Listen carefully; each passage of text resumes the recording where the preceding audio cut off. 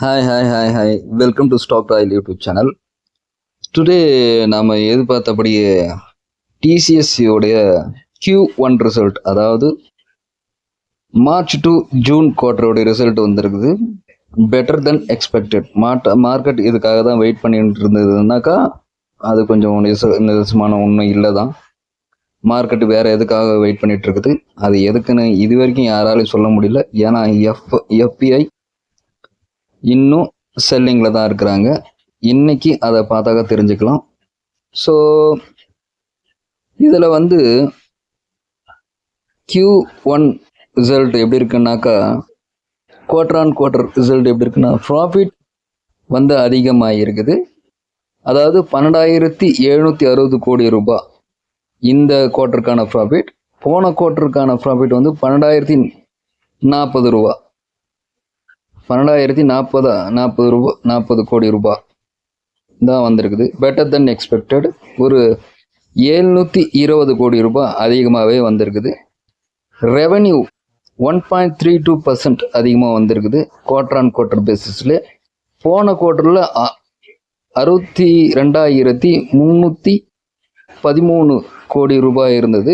இந்த குவார்ட்டரில் 63,437 ரூபா அந்த லெவலில் வந்திருக்குது.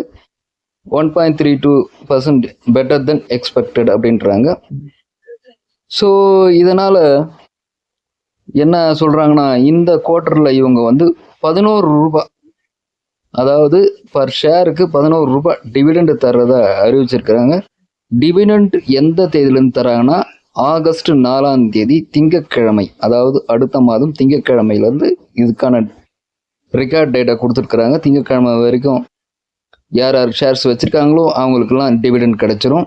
ஸோ அது மாதிரி எம்ப்ளாயி உடைய ரேஷியோவும் அதிகமாக இருக்குது. ஒர்க்கிங் எம்ப்ளாயோட ரேஷியோவும் இருக்குது.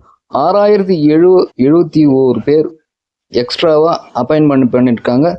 எதற்காகனா ஜென் ஏஐ, அதாவது ஏஐ டெக்னாலஜிக்கான ஆட்களை வந்து இவங்க அதிகப்படுத்தியிருக்கிறாங்க. அது மட்டும் இல்லாமல் இவங்க சப்சிடி நிறுவனங்கள் நிறைய ஆர்டர்ஸை ஜெயிச்சிருக்காங்க. அதாவது ஏஐ டெக்னாலஜி பேஸ் பண்ணி தான் ஆர்டர்ஸை ஜெயிச்சுட்டு வராங்க.